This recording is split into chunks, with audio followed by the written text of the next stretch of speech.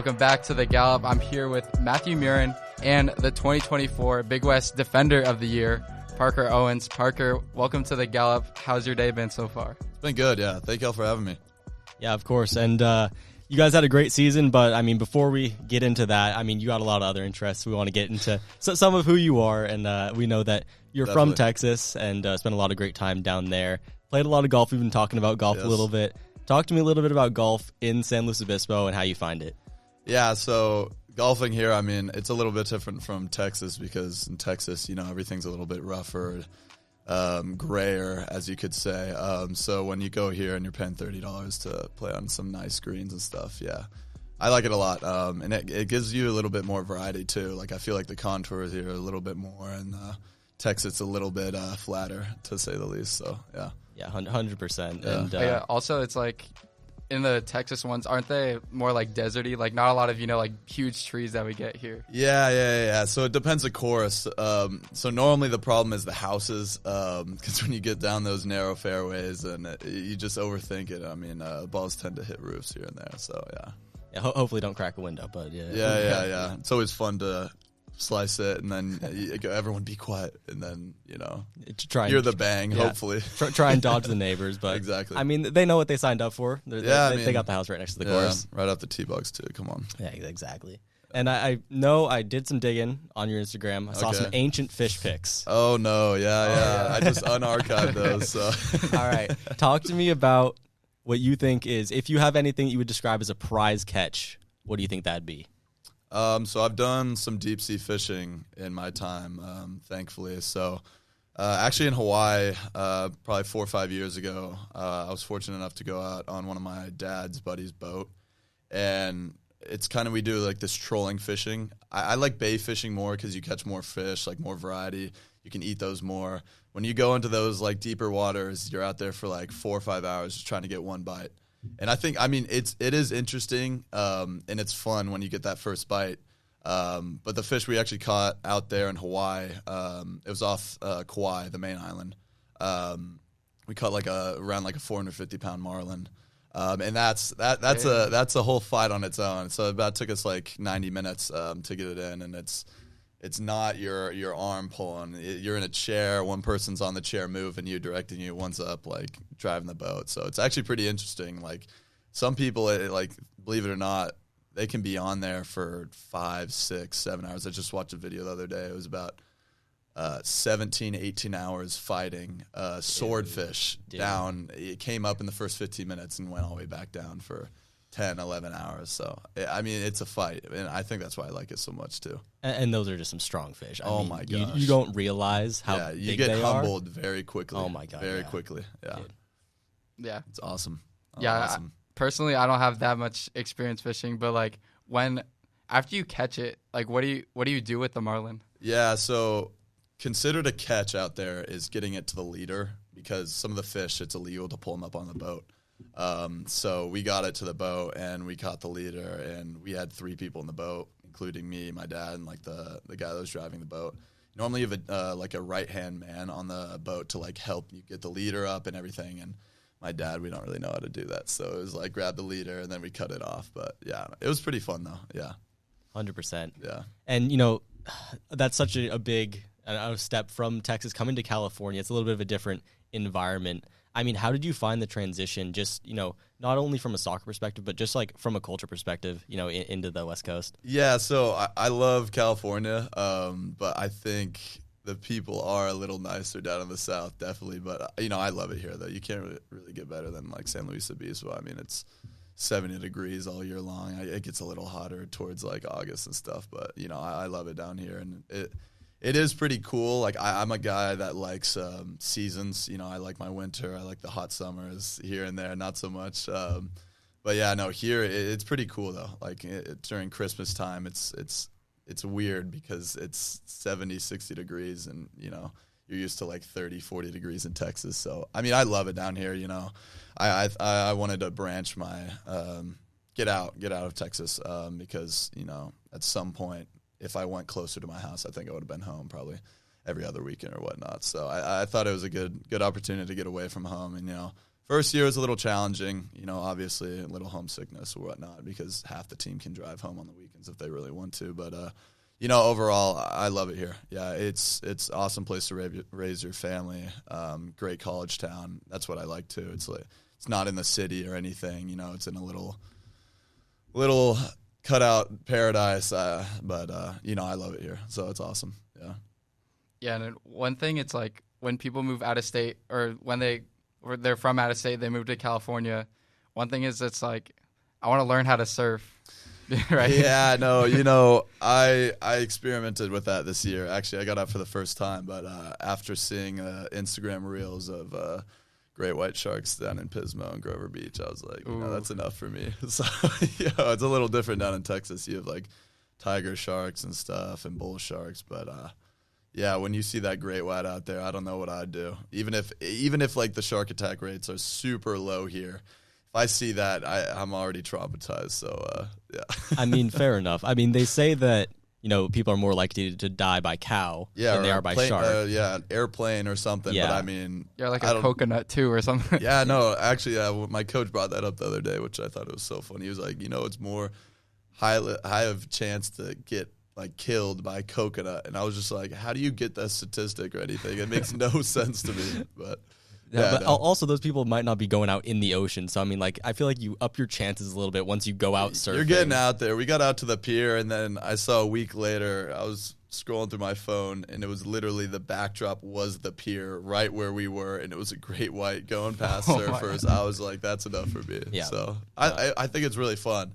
But one of the times I went out, I got up, cramped on my right calf, fell down, getting pulled by the raft, got up, cramped on my left calf. So, it's a lot of fun. I think it's super fun to like get out there and just be on the board with all the guys and stuff. But, after those couple Instagram reels, I think that's enough for me. So, hey, fair enough. Yeah. I totally feel you on that. It's like I'll watch that too, and then like as soon as I get to the beach though, then like all those thoughts just go away. I'm like, get me in the water. Exactly. Yeah. No, I love to like body surf and like wake surf, but in Texas, you're on a lake. You can't get breached just going around on the boat. So I think that's the thing that took me away. I think from going on the beaching and surfing route. So yeah, but you did come here for soccer, and I want to talk a little bit to you about last season because it was such a great season, awesome and you season. were such a big part of it. Yeah. The defense was amazing. You guys had the second lowest goals against average in the nation,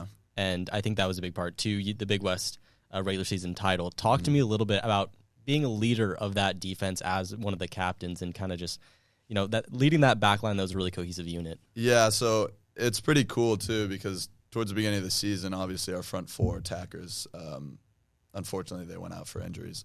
So if you told me we would have done as well as we did during the season, I probably wouldn't have believed you. But it's pretty cool to see how the group came as cohesive like group and really were tenacious in the fact that we wanted to show everyone that we weren't just some bad team from 2 years ago. So I think, Nikki had an unreal season, helped us so much. Nico coming in from a JUCO.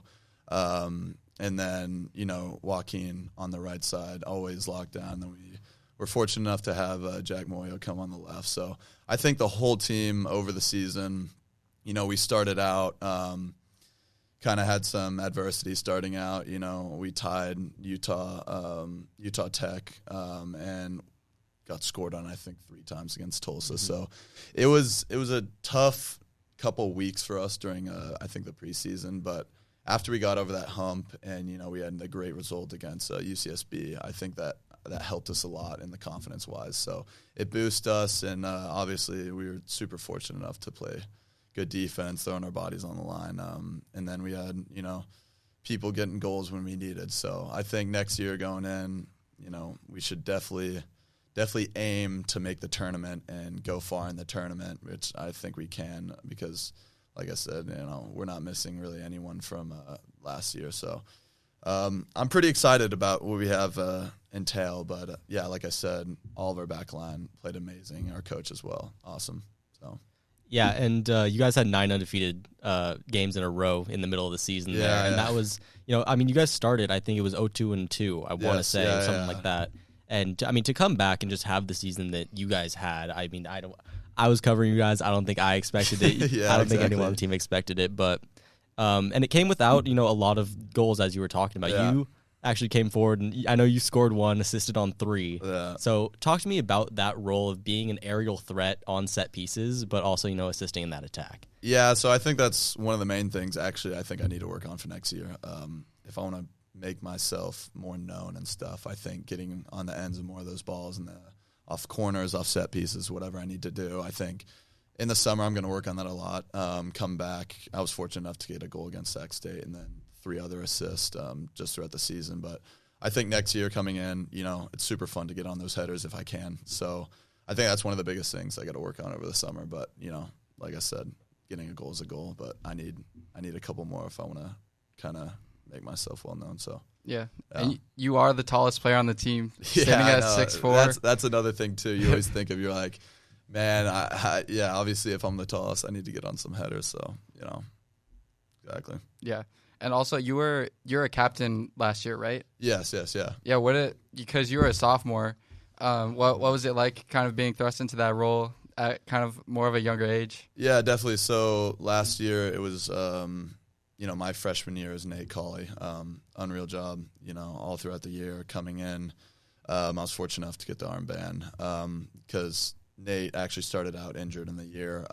So it was really interesting at first because, you come in, you're a younger guy, you have people above you. So it's kind of give and take on, finding your voice with all those things. Like when you want to go in and say something, like you just you need to make sure your voice doesn't become white noise in the end of it. So, picking those moments as a younger guy to say something that needs to be said, because I'm happy to do it always, but it was just finding that, median on when it was a good time to say something and not. So, yeah, it was a good experience. And, I'll take these lessons that I've learned going into my, hopefully business career. So yeah, definitely.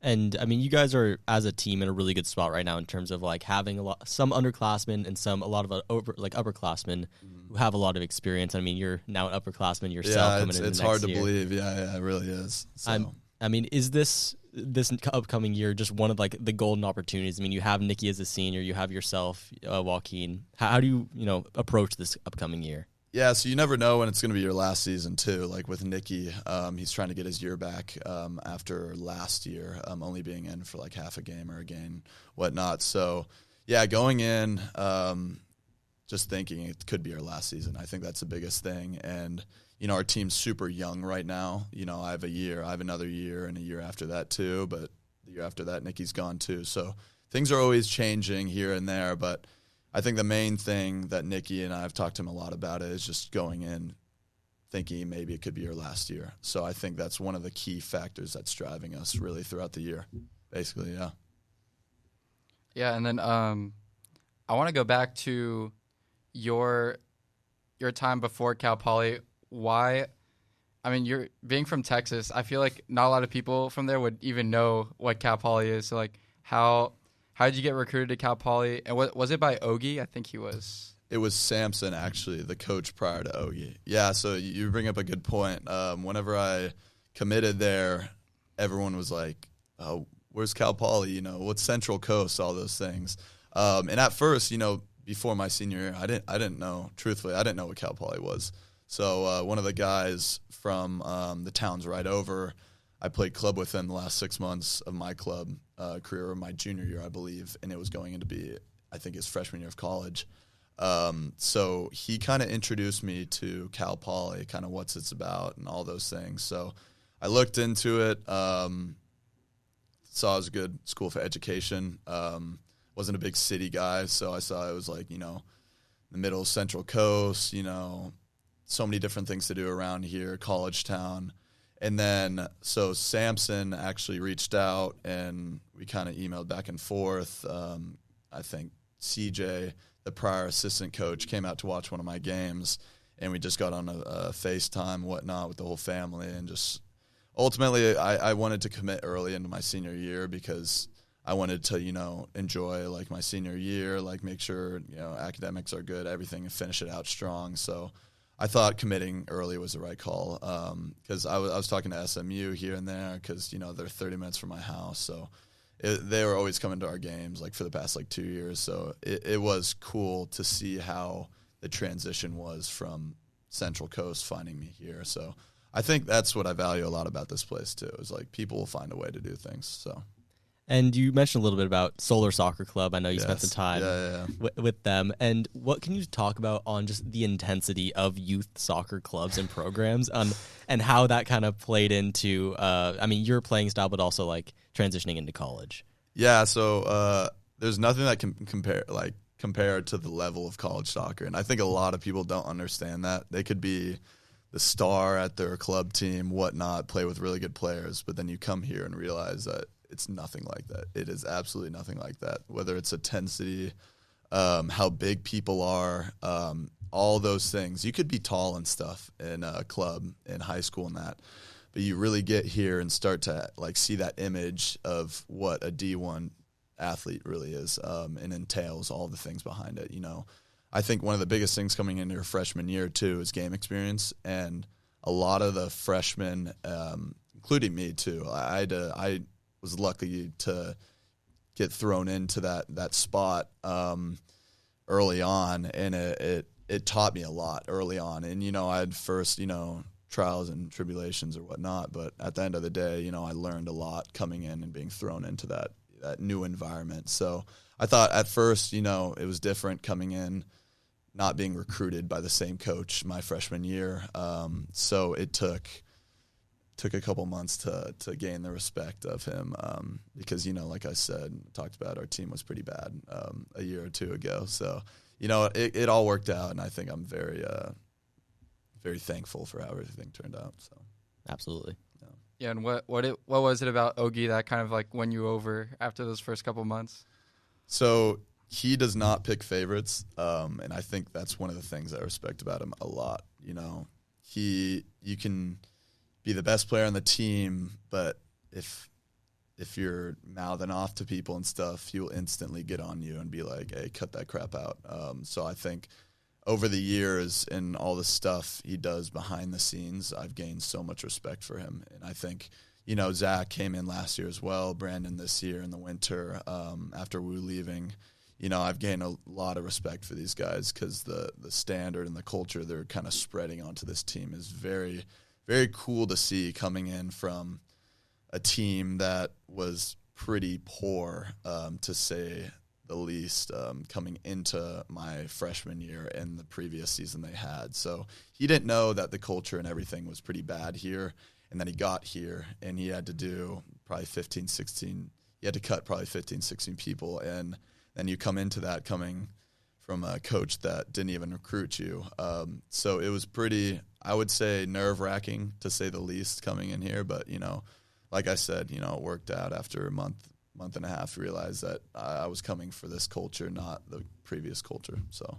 Yeah, and for a little bit of context for people listening, I think the 2022 team was maybe 2-12-2. They got scored on probably 52 times. Yeah, it was an ugly season. Yeah, one of the worst seasons in Cal Poly men's soccer history, I'm pretty sure.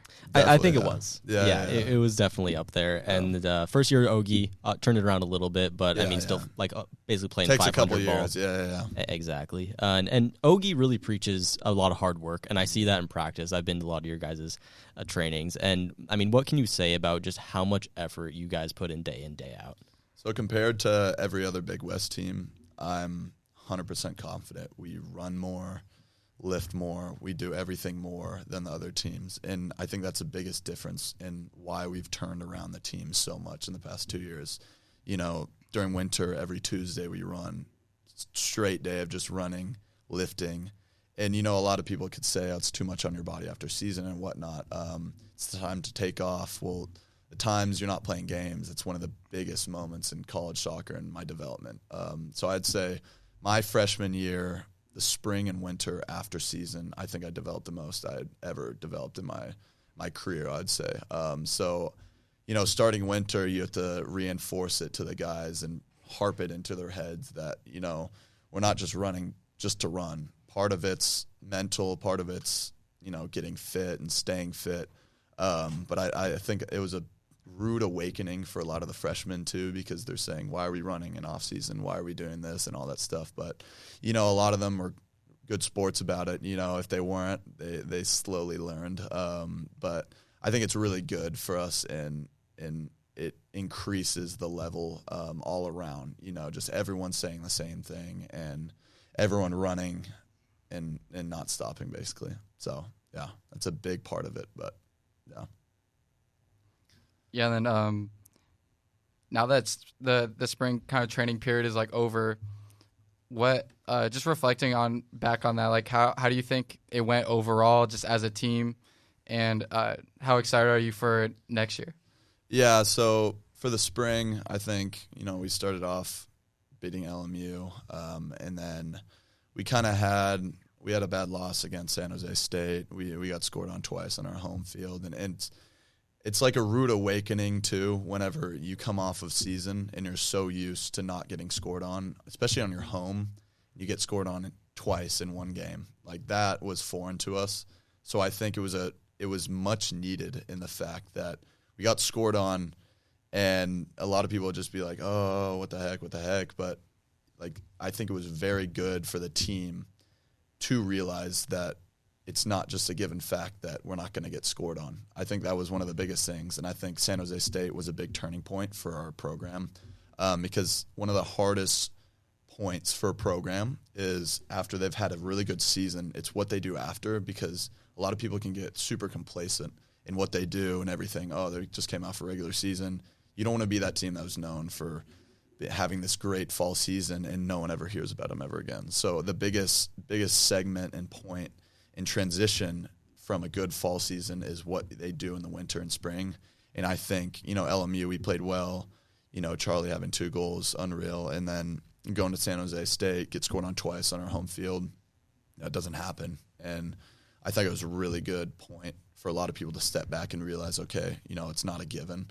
And we got 3 more games or whatnot to play after this. And Westmont, we had a really good showing too. You could say they're, a lower division team, but, it's not a given either way. So we had a good showing against them. Unlucky with Santa Clara. I think that was one of the most painful goals that we've given up.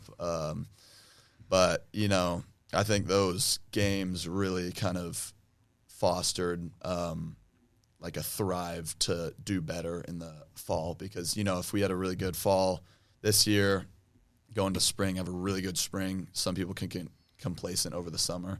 And I think us having that adversity during the spring really helped us, and especially like leading off of Stanford too. Like, that was crucial, I think, for our program to go into the fall, go into the summer, and have that like tenacious feeling of wanting to just get after people. So yeah, I mean, the program has a lot of history with Stanford as well. I mean, you guys beat them, lost assistant coach Wu John. First goal against them in so long. Yeah, and I mean, lost assistant coach Wu John, and also having Ogie Kennedy. He was an assistant coach there for a lot of years and during multiple national titles. So there's a lot of history there. Definitely, yeah. With Stanford, I always tell Ogie, I don't like Stanford, just because you get the kind of little brother vibe in effect.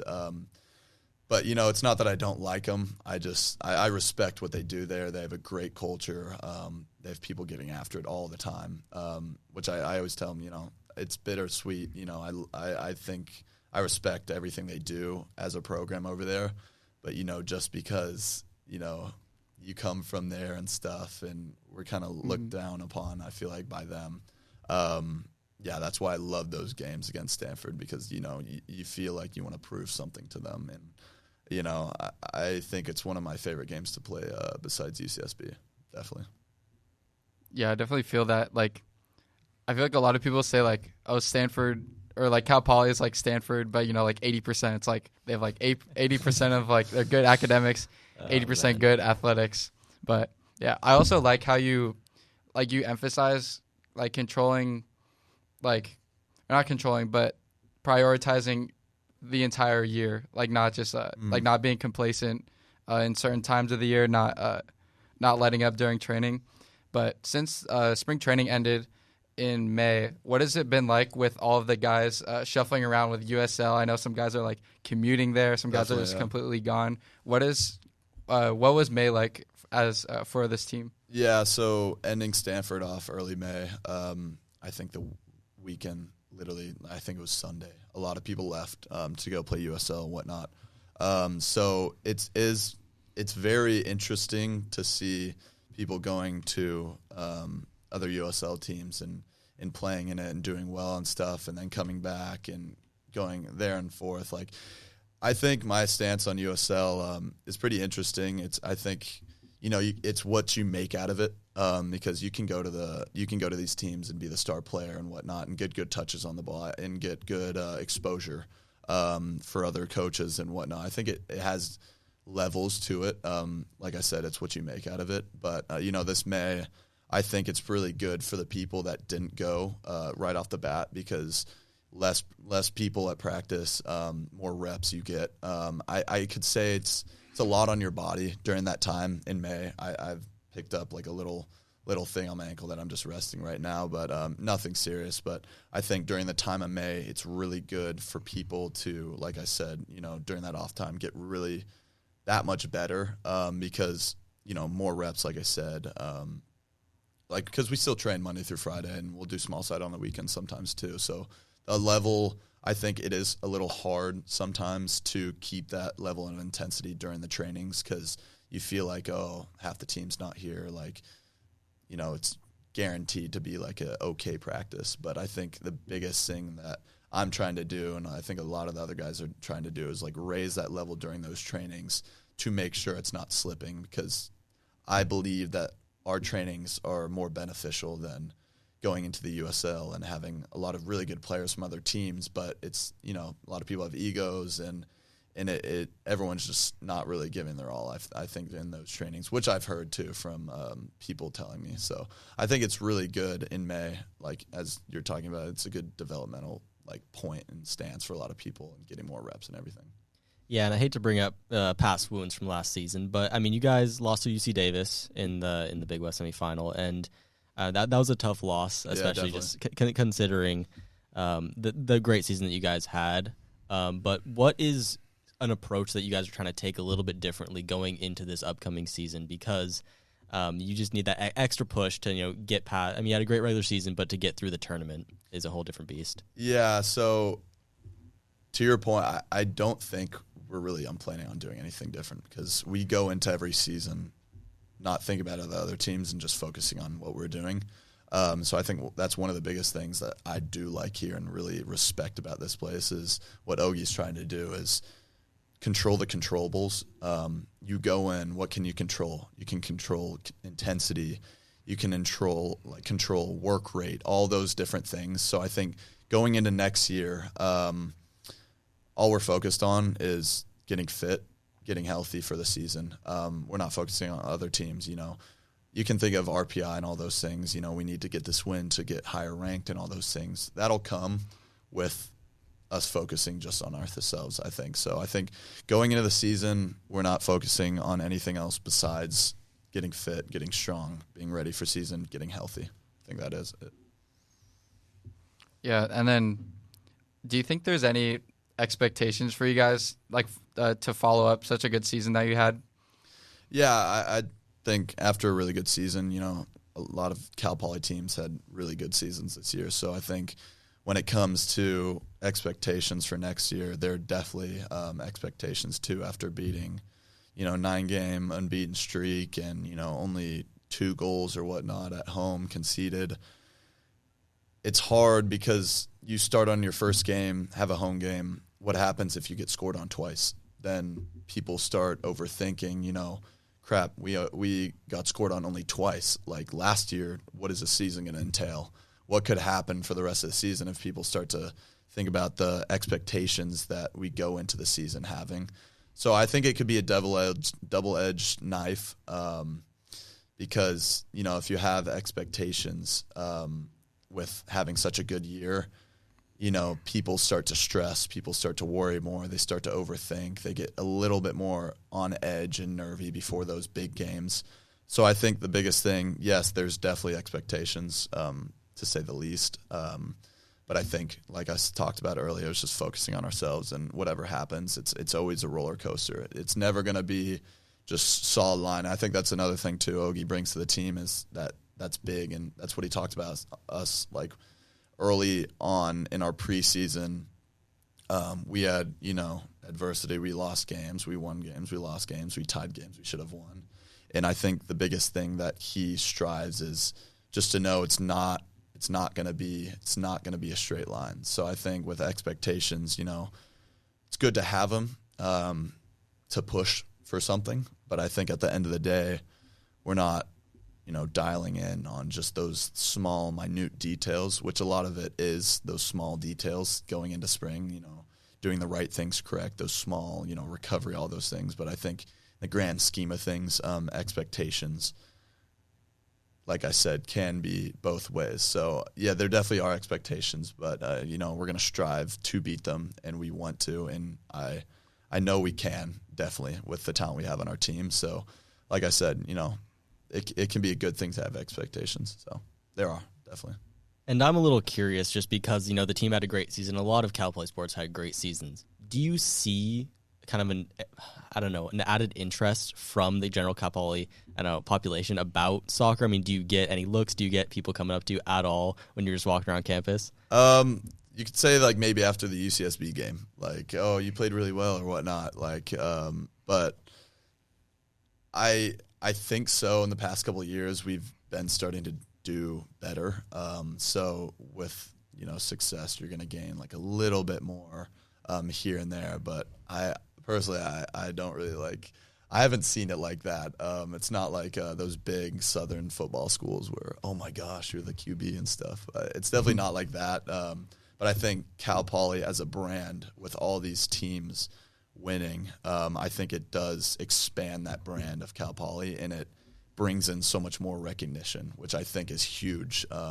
With people talking last night at Night of the Mustang, I think Jensen brought a really good point about the more people, the more teams that win, it's a win for all of us essentially, and it expands that Cal Poly brand. I think that was one of the biggest points that was brought up last night. So.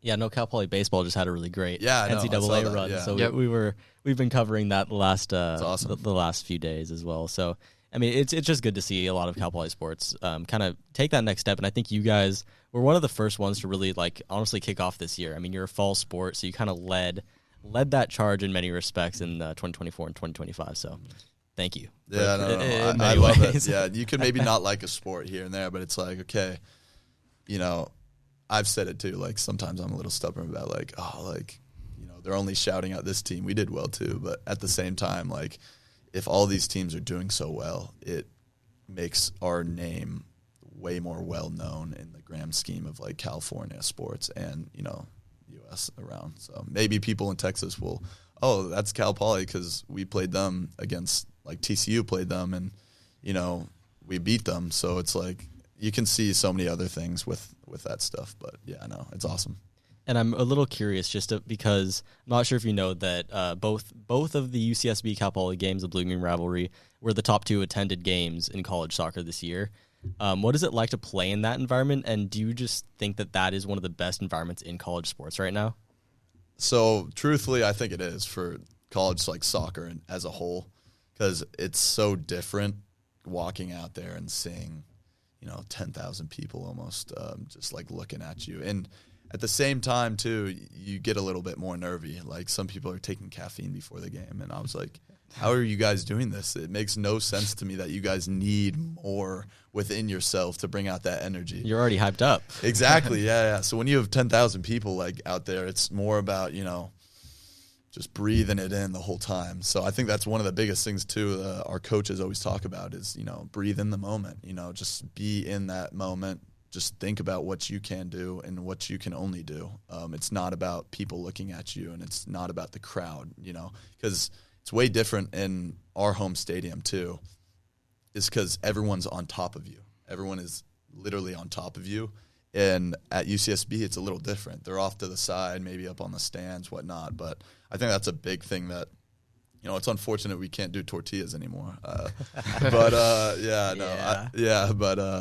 in the grand scheme of things, it's pretty cool to go out there. And it's, some people like past college, they'll never get that experience Mm-hmm. too. So I think that's one thing that if you're thinking about going to Cal Poly for soccer in general, it's a game to definitely think about and wish for, because a lot of people, they play on big top 25 teams and they will never get that experience. So I think that's one of the biggest things and one of the most looked after games that I could say that I play in here, definitely. Do you miss the tortillas?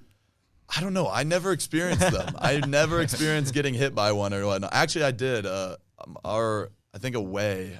Yeah.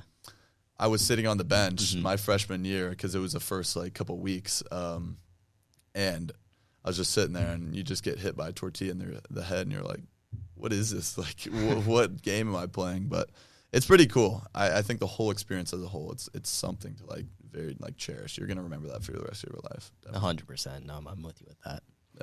Yeah.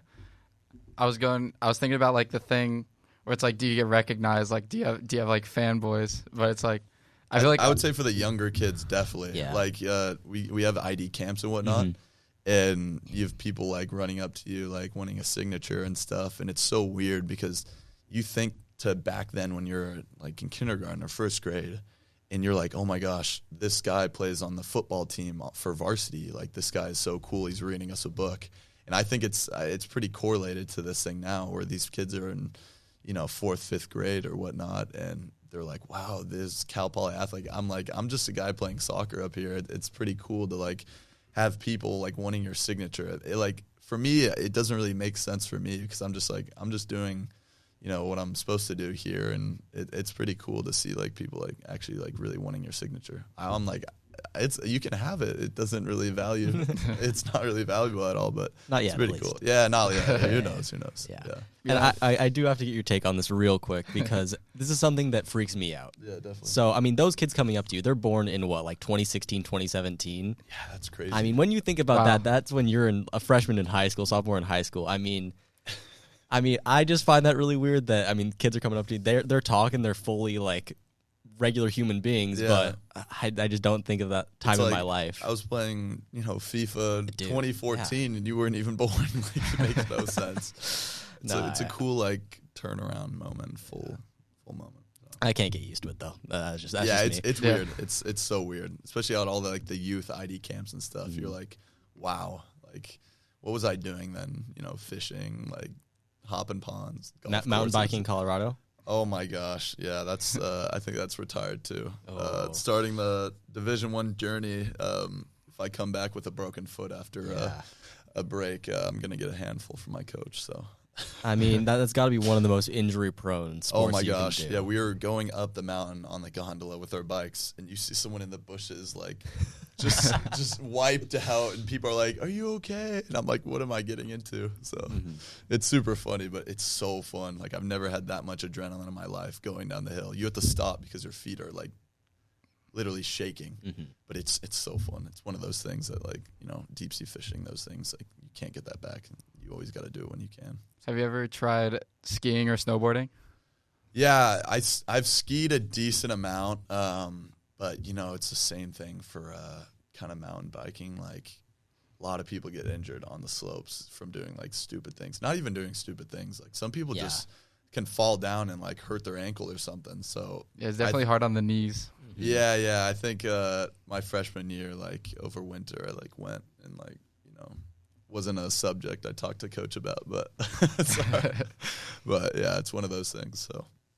Yeah, and I just think that speaks as well to, the culture Ogie's established. Every single player I've talked to on the team has just really bought in. And, how much do you guys just talk about that amongst yourselves, or is that just something that you buy in when you get there and then you're fully committed? So it's definitely something that you come in and you don't expect with, out of every other team. Like, I'd say all the people that visit the other teams and go on their visits, not many people understand what it really is like until they get here.